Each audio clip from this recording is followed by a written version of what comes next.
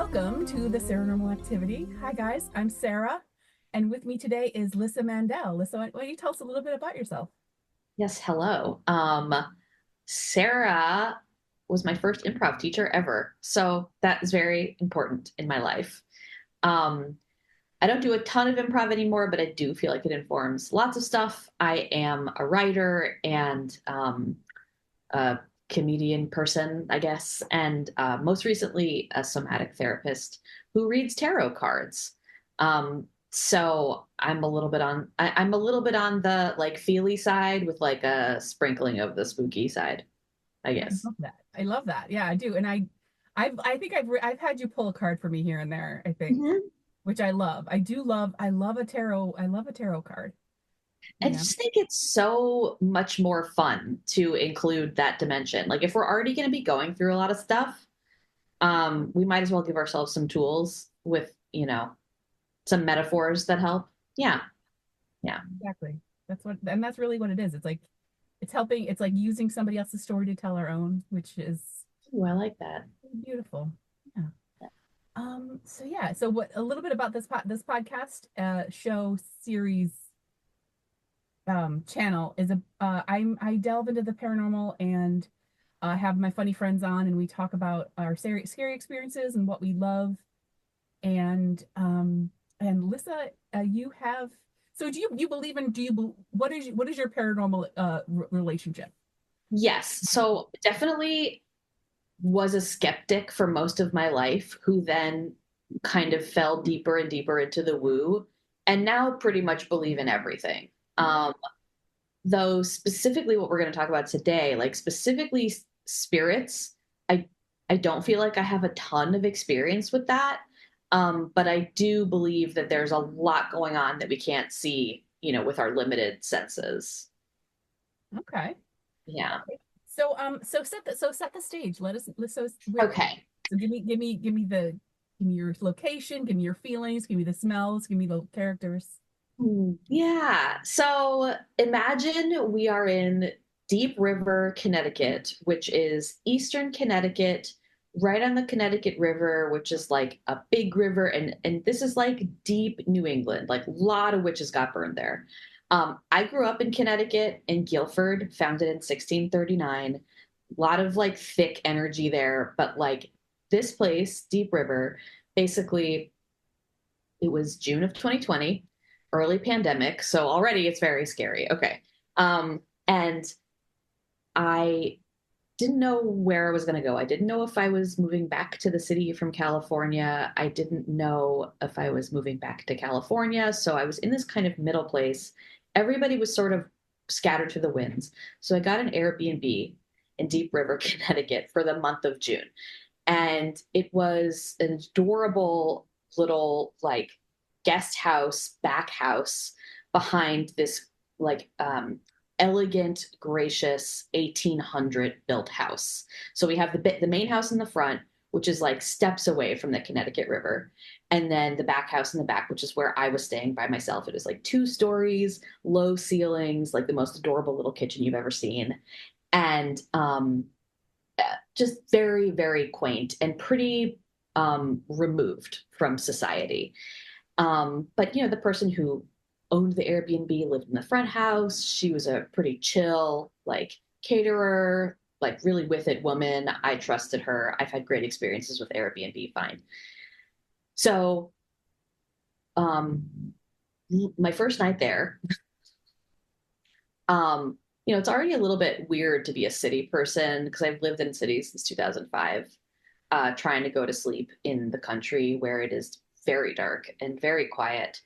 And the bedroom was upstairs under these like slanted eaves.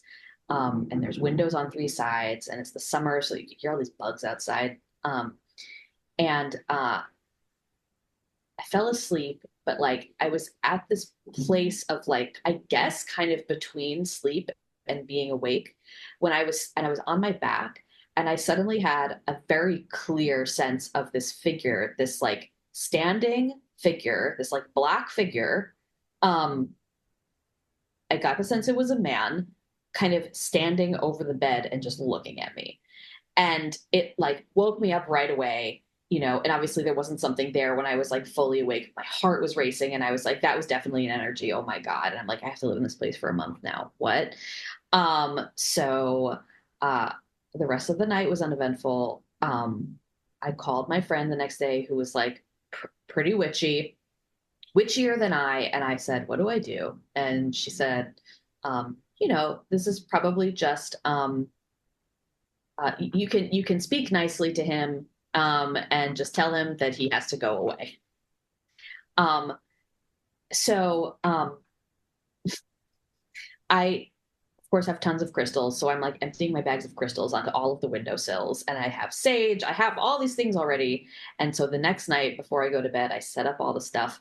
Um, and I just start walking through the house, up and down the stairs, all the way around, and like saging and kind of speak singing to this guy, saying, hey, like, I know you're just checking it out here, but I need you to not scare me. Thank you, please, and thank you. Feeling kind of crazy, like singing to myself. I don't know if any of this is going to do anything. I might wind up dead the next day. But it was uneventful that night, which was nice. Um, and the next day, the owner of the B&B in the front was having was just like barbecuing outside her house, and she invited me to come over. Uh, and she was hula hooping and smoking weed and listening to Dave Matthews, which is great. So into this lady. Um, and we're sitting there by the fire, and she goes, so have you seen the captain yet? And I was like, I'm sorry, what?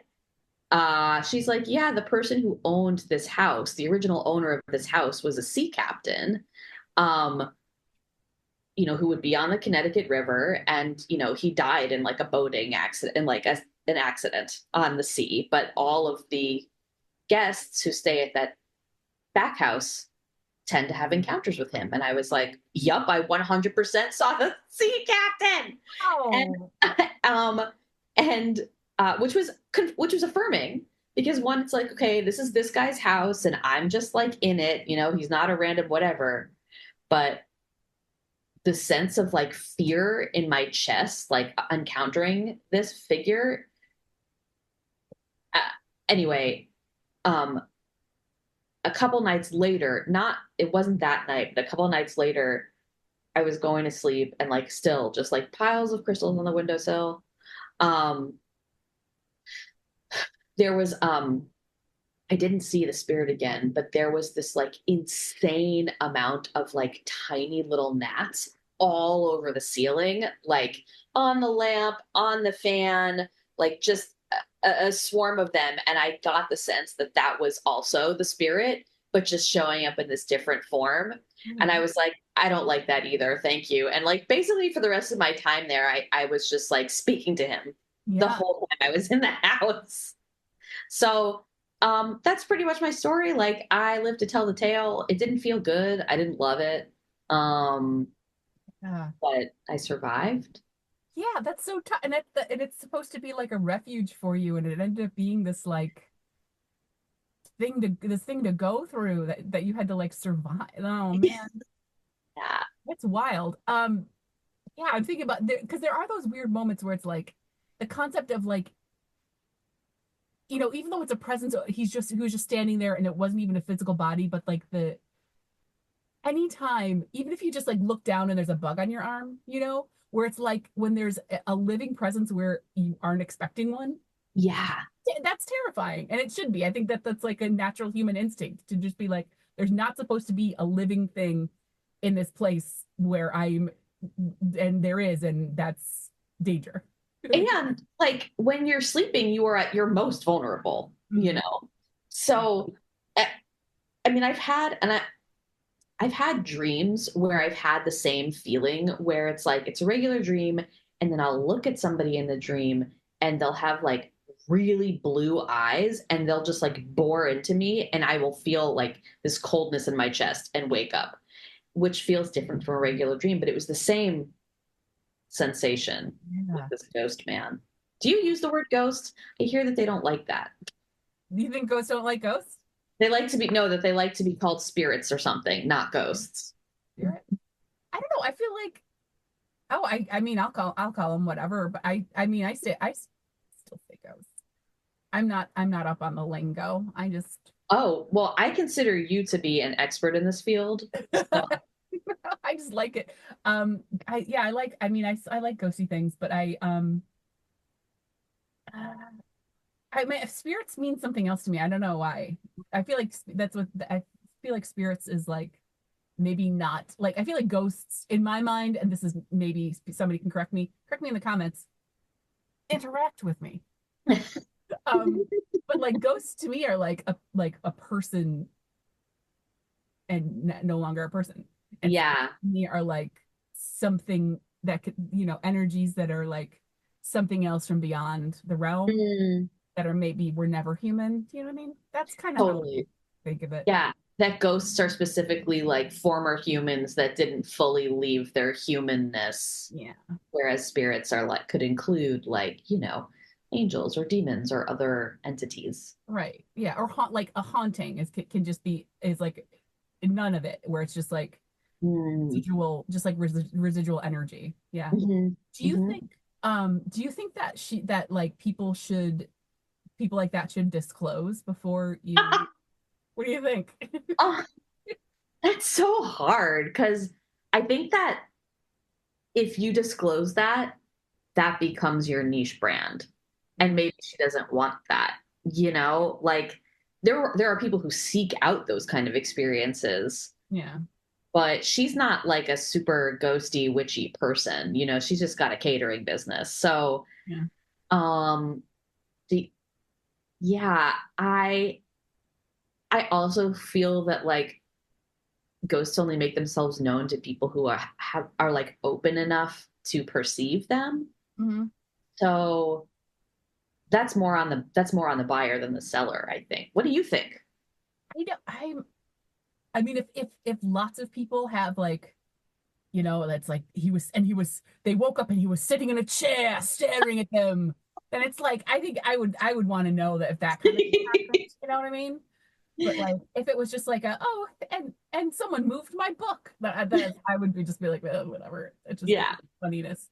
But if there was a haunting where it was like a haunting, like don't spring that on me. You know what I mean? Yeah, yeah. I mean, in the moment she was asking me that, it did make me feel safer because I'm like, oh, this isn't just some random entity. Like, this man actually owned this house and he's just making sure that the people in it are okay, I guess. I think it's also like giving a spirit a name somehow makes it a little less scary. Totally. Just like a you know black like misty thing that's just like staring at you. Like then if you call him like Ralphie, it's like oh it's just It's Ralphie. just Ralphie. Totally. Oh, and the captain. Yeah, the captain. As soon as he has a name, he becomes non-threatening. Yeah, and I just give him a little salute. Yeah. Slap the deck and give him a little wink. I did. So I that you, but you can I tell you now? I could tell I have a tiny story that this is something I don't think I've ever told anybody this. It Ooh. also happened to me during lockdown. And it was a very tiny experience that happened in my apartment in Queens. I used to live in Sunnyside, Queens, New York City. I still live in Queens right Yeah, now. Queens. Oh yeah, on Sunnyside or Astoria? Astoria. Right. Yeah. I used to live in Astoria. I lived up to Astoria Ditmas for That's my stop. a little bit. Good stuff. Um, I do miss Queens. But so I was living in this apartment and it was late at night and I obviously like I was just, again it was like asleep where it's like your brain is perceiving all kinds of things. But I specifically remember, and this the reason I remember that it was during lockdown is because it had been a very long time since I had been touched. Hmm. You know what I mean? Hmm. So keep that in mind as I say, like, I remember like I was sleeping. And so I'm going to illustrate sleeping for you like this. So I was This, sleeping on my side and I felt like a man's hand, like over me, like he was like, I was oh, a spoon, oh my God. literally like it was, I felt like the weight of it, just like the weight of a hand over me. Like that. And like that feeling woke me up and I felt it like slide away like that. And I went like, and I woke up, like I looked over and my computer had like, I had like an old, just I have like an I had an old work computer at the foot of my Mhm. bed that I had to work from that had woken up. Oh Like, no, no. Mm, no. no, Um, was it a PC, that computer? yeah, yeah. So it was like the mouse. So the mouse had to have moved somehow. So Phil's computer does that. Like his desk is in our bedroom, Mhm. and sometimes he'll fall asleep on the couch, and it'll be like 1 in the morning, and I'm sleeping in our bedroom, and all of a sudden this light, like he'll leave the monitor open, Mhm. and all of a sudden it will wake up, and I'm like, what? That computer is possessed. Get that out of my bedroom. What? What? It's horrifying, but Yeah, um, suddenly a bright ooh, light out of nowhere. Yeah. So I'm yeah, so it was a. It's. I mean, it was such a small moment, and I never had any other experiences like that in my. I lived there for whatever. I can't even remember. Maybe 7 years, 9 years, something like that. mm, Um, but uh, but yeah, that one that was. But literally, just like feeling the weight of someone's hand like sliding off of me. no. Not seeing it, but like feeling it was so weird. Yeah. And I'm surprised that we don't see more, that we don't encounter more ghosts living in New York apartments, because so many people have been through here and died. And there was in my last New York apartment, um, there was definitely a lady. I don't know why I knew this, but Phil and I were talking about it. There was like an elderly lady with like a white floral house dress who was just kind of like around, that I saw a couple of times, like out of the corner of my eye. And Phil also saw her. So she was very sweet. Like I didn't feel any kind of threatening presence. She wasn't up on me, touching me. But I don't, yeah. Did you do anything? Did you like speak to it and say, do not touch me again? No, it was really just like I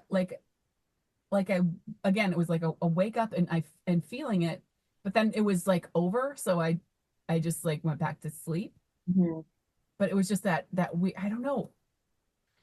And here's the other weird thing I think about paranormal experiences and true. I feel like there's a lot of people who just like, oh, look at, oh, my camera just happened to land exactly on the knife coming out of the block, like. Yeah, yeah. But I feel like when it really does happen, when you are like eye to eye with a ghost, I don't think you necessarily know that that's what's happening. Hmm. You know what I mean? Hmm. I don't think your mind immediately goes to ghost. I don't think your mind goes to like spirit or whatever. Your mind, you're just like, oh, this is the experience, and then like a Hmm. week later, you're like, oh my god, that was a ghost. Totally. You know? Yeah, totally. It's like a feeling that's happening that you can't, your mind's not online for it, because Yeah. you feel it like in some other way. You feel it in your body. And yeah, yeah, because it's just like in the corners of your consciousness. Yeah. Very spooky.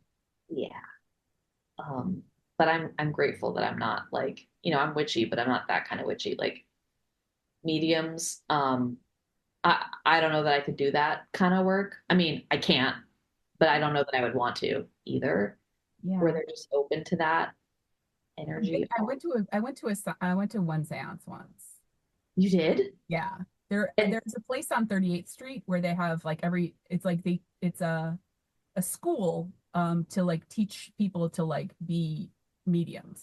mm, And so a friend of mine and I went, she I guess goes to it. But every Tuesday for like $5 you can like sit and like the students will like read you and stuff. So I can't believe I only went once. oh, I really gotta go back. wait, was it a seance or was it a psychic reading? Like, was It was like I mean, it was sort of, I don't know. I guess I mean, it was called a seance where it's like everybody's in a circle and you just sort of like, everybody just sort of like gets in the, gets in the like in between place, and breathes a lot. And then, um, the, they each like the students or like the other like teachers or whatever, they go around and they look at you and they're like, all right, there's a man standing behind you and his name is, Felipe, and he's wearing a hat, and he says the trunk is in the, that's where the money is. Oh my God. So yeah, there was the reading for me was very weird and felt made up. It didn't have any, I didn't have any connection to it, but I was like, no, that was still fun. It was that she said like there's a tall man named Edgar and a little girl, and they follow you around and they play tricks on you. But it's not with malice. So like if you ever feel like, things are out of place, it's just Edgar and the little girl. Uh, and did that check out with you at all? Don't I don't know anybody by that name. I did like a little bit. I didn't do due diligence, but I was like, do we have any relatives? My mom's Yeah. like, "No, I've never heard of anybody with that name." But like, Um, regardless of like the literal nature of like, did any of it ring true in your system? no, no. Yeah, No, see, but the person I was with, like they saw like a person that she had like lost. Like they did see like someone that she had lost in her past, which is like I think does happen a little bit. oh yeah. It's weird because I feel like some people do. I think there are some people who like bull. I think a lot of it is bullshit. Like a lot of people are just like, there's someone in your life with the name M Mm. or E. You know what I mean? And then you're just like, yes, yes, it's F, but yes, which you want to believe so bad. But I do think that do think that some people can be open enough to like have Yeah. those conversations. Oh, I think it really, I mean, I think it definitely really exists. I do think there's also a lot of bullshit because, like, there's going to be bullshit in any industry because people are capitalizing on things, you know? So, like, I've gotten so many different kinds of readings in my life. Like, I mean, obviously, I'm a reader now too, but as a tarot reader, I don't read predictively, I read reflectively. It's got a different, you know, there's a different reason for it. But my first experience was going to one of those neon sign psychics on like, I don't know, it was like 28th or 29th Street, somewhere in that area. Mhm. And at the time I was in my 20s and I was just so susceptible to whatever anybody like just give me some information about myself. You know, God forbid anyone's like, hey, you actually have that information inside you already. It was like, no, let me seek it out from someone who knows better, you know, like you do. And uh in hindsight, like it's just so manipulative and dangerous what they do. And I don't know. The older I get, the more I think I have a sense of like who is real and Yeah. who's not. You Yeah, know? I went to a girlfriend of mine got me like a psychic reading for my birthday in Buffalo, like Mhm. near the airport. And it was like an hour and she told me a whole bunch of stuff and I was like, bullshit. Bullshit. She was like, the person you're with is not the person you're gonna end up with. The person he's gonna end up with is such and described the person he's gonna end up with and described the person I'm gonna end up with and blah, on and on and on. You're gonna move all this stuff. And I was like, I will never leave Buffalo. Are you kidding me? Every single, every every single thing she told me in that reading came true. Oh my God. Like Amazing. I was like, I will never leave this guy. We're gonna get married. He left me. He like cheated on me, left me for a girl, and and the woman said, "This tall, dark hair to here." Exactly. What? Yeah. That's Yeah. amazing. Yeah. She's like, you're gonna end up with. She's like, you're gonna move. I had no intention at that point of moving to New York. 2 years later, I did. Um, I like I mean, I would like to say that this is the partner I'm with is the partner forever. But she said you're gonna, and she described like my partner, and she said, Oh, tall, fair hair, blue eyes, real good looking, and like nailed it. let me just say. So yeah, that was and that's a funny thing too, is it was just like the thing she was saying to me, I was just like, bull, and it was true. But then and then every time, so then I kept trying to chase that experience. Uh-huh. And so then I would go to those like the neon sign places and the the $5 things. And I found like another place and I went in and the woman like I just and she like shoot a bunch of, of like she was like babysitting and shoot them Of into course, all the children go in the back and yeah, yeah. there was like a giant screen TV like Yep. playing like SpongeBob while she was talking to me and I was like, okay, this is like I gotta find, I could never find the other woman again. And But like, I love how in that situation, you wouldn't have gotten that reading in Buffalo unless your friend had gotten it for you, right? yeah, But that makes me believe in larger energies conspiring to get us to cross paths with the people that we need to cross paths with and have the experiences we're supposed to have. And then when we're pushing too hard, when we're trying too hard, we can't make those things happen. yeah, Like there's just got to be this surrender of like when the time is right, I will hear the messages I'm supposed to hear. And that's so cool that that happened. I had a similar um psychic reading with a man at this bookstore on, I don't know if it's still there, on 14th Street, called Namaste, that has like crystals, and it's like a whole witchy bookstore. mhm, I got a reading with this guy, um, and he seemed weird, and he had like a history in like soap opera TV, and I'm like, what are you doing? And he said, and this was like before I even went to the pit, right? I still thought I was going to be like a serious actor, blah blah blah. And he said that I was definitely going to move to California. Like he saw California, and I'm like, I'm never moving to California. I am here. I'm living in New York City until the day I fucking die. And he said something was going to, um, something in my like performing life was going to be important around my diaries. So if I had diaries, that I should like sleep with those under my pillow. And then I made the bitch seat, which this entire show is yeah, based on my diaries. And it was like the most important creative thing I've ever done and yeah, actually had traction. And then I moved to California, and it's been like a huge thing in my life, my relationship with that place and what it's meant for me. So, yeah, he was tapped in, but it does take some time for it to happen. yeah, yeah. That's so weird, man. It's so weird. Yeah. It's it's like, because there are people who are the real deal, and you just don't, and you just gotta wait. It's Yep. That's the worst part. Hmm. like baking Yeah. a cake. You're like, all right, let's wait. It's not ready yet. See you in 10 years. And that's the thing. You can't even like give them 5 stars, because it's like, maybe. Right. Exactly. Exactly. Yeah. I mean, I knew about Phil. I knew that Phil and I would get together before we did because of a psychic as well. Really? Um, yep. Like a couple of months beforehand, this woman, she went by the name Uversa, and she used to be at the fountain at Union Square. She had all of her stuff spread out, and a friend recommended that I go see her. And I saw her a lot of times in like 2010, 2011, um, which is like, I was single, but I had recently had a boyfriend, and I was just like, when is the next? Of course, I was that 29-year-old who was like, when is my next, person coming, whatever. And she's like, oh, you actually know him already, soon. And she like pinpointed like the month when we were going to get together, and it was like it was right on the money. And she was just, she wasn't raking in the big bucks. She was like a random lady at the fountain at Union Square who people would like, you know throw their bad energy at, make fun of, whatever. And she was powerful. Yeah, And lo and behold, Phil and I are still together. that's So amazing. yeah, I love that.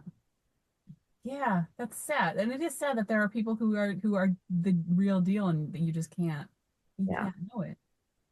But it's like the fools in Shakespeare plays are the smartest ones Hmm. in the play. Yeah.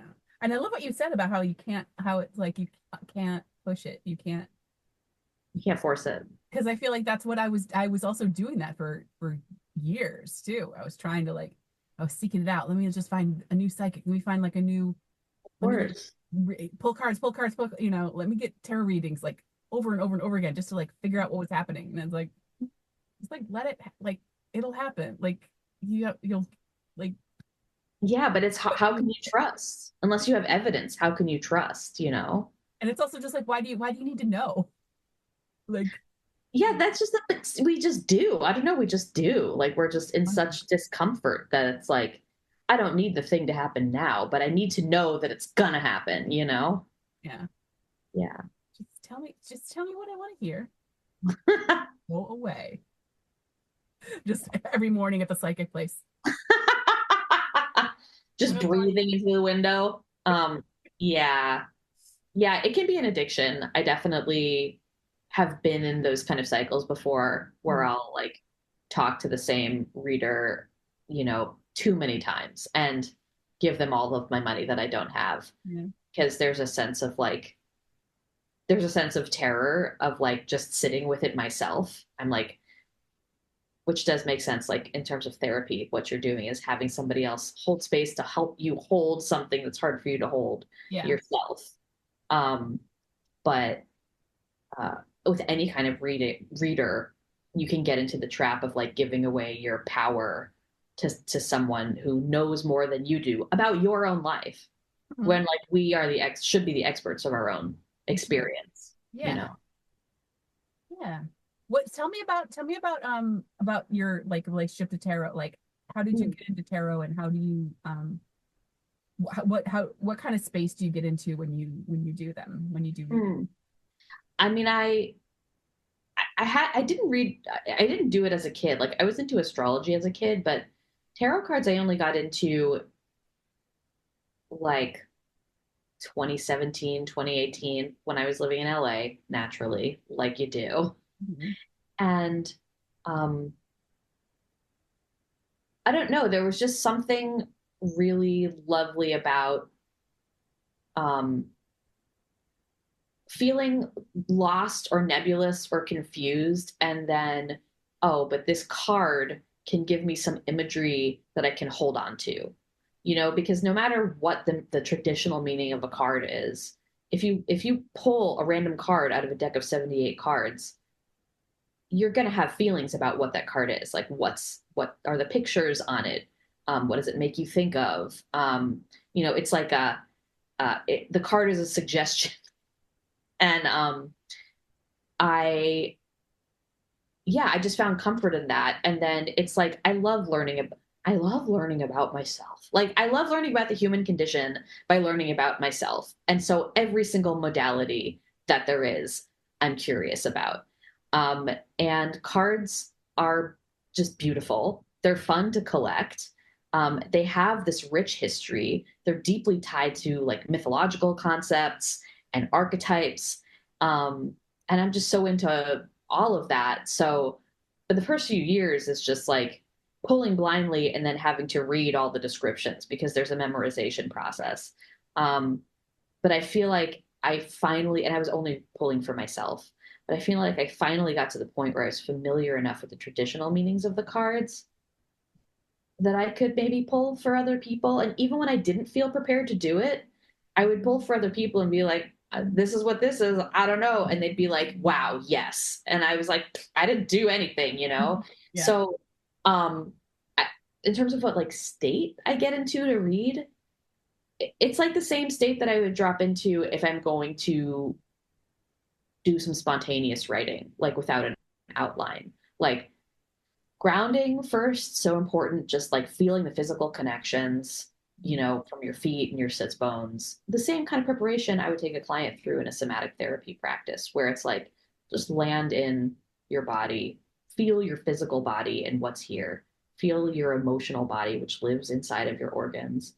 And, um, and I think that process of just like grounding and landing um, creates more of an open channel because I don't think when I'm pulling cards that I am providing any of the messages. I feel just like a vessel through which the messages come, if that makes sense. Where did they come from? The great intelligence, I don't know, the ether, spirit. And I do set an intention at the beginning of every reading that the messages are for the Quran's highest good and greatest joy, because I don't want to open up in case any like shitty energies want to come through. Mhm. Um, so yeah, I don't know, whatever you want to call it, like spirit or Yeah. the Akashic records, whatever. Great. Yeah, yeah. I love it. I love Yeah. it. It's all new to me. It's all new to me. Um, yeah, because I love I because I also like love tarot. I love the art. I love the Yeah. concept. I love the metaphors. I love how often it's like sort of woven into like literature and Hmm. the symbolism that people use when they tell their stories with it. And um, but I also just like I couldn't imagine like looking down at a bunch of cards and trying to make something of a bunch of cards and make Yeah, well, turn it into a story, you know? yeah, the synthesis part is hard, and like I'm still just learning. And there are so many readers who will pull out half the deck and tell a story about that. I don't. Like when I do readings, I'll pull, someone will ask a question and I'll pull like 3 to 5 cards about it and like really deep dive into those because I think that's enough. And I don't know that I would be able to weave a narrative among like 25 cards in front of me. But a lot of readers, um, do that. But as you like, each reader is different, and so like you'll cultivate your own lived relationship with each of these cards. So like, for instance, the Three of Swords card is traditionally a card about heartbreak, and it's not heartbreak in. I mean, like for me, it feels very tender because um, I think there's a beauty to that very specific kind of pain because it's breaking you open in order to um, evolve you to your next, capacity. Um, so, but there are other people who would look at that card and think that it's like a threat, or whatever. Like I have a lived experience with that card, and so for viewers or listeners who might be wanting to get into tarot, what I suggest is to pull cards at the end of the day for the day you just had and say, what was that day? And then you get a sense of like, because you just lived that day, you felt it, you were in it, and then you pull a card, and sometimes it can be like, like, how can I? Because the card interpretations can be very malleable, and it might be a way to understand, oh, like when I'm pulling cards for people and this card comes up, I know that it means this. It's not just by the book. Do you know what I mean? Like it's based on your own relationship with that energy. Mm-hmm. Yeah. Wonderful. I Yeah. love that. I'm gonna find myself a deck. I think I do. I think I have a deck. I can't believe you don't have a deck. I Come think I do. I think I think a friend of mine gave me a deck of cats. on. Ooh, the cat tarot. Yeah. Love it. Oh, I have to find it. I didn't move recently. I moved in January, but I'm still like still recent. I moved, so I can't find anything. Listen, I moved in 2021 and I still have 3 boxes of books right here that have never made it in the box. So, Yeah, that's where they live. yeah. Um, well, I think that's been that was 45 minutes. That went by really fast. Yeah, totally. I'm saying like I'm a chatter, but Well, we're gonna wrap it up so I can move on to my thing. But I really appreciate having you on. You had such amazing insight. This is such a fun conversation. I loved being here. I love chatting with you, and you have such a special place in my heart, Sarah. Thank you, Truly. Lisa. Yeah. You have a special place in mine. Is there anything that you'd like to share or plug or let people know about you to where can Um, they find you? Yeah, I mean, truly, if you're interested in somatic therapy or tarot, or Instagram is the place. I'm sad to say Instagram is the place. So you can find me at a flock of sandwiches. Okay. And I'll link it in the description below. Um, thanks so much to everybody for listening on the Paranormal Activity. We'll catch you in the next one. Bye.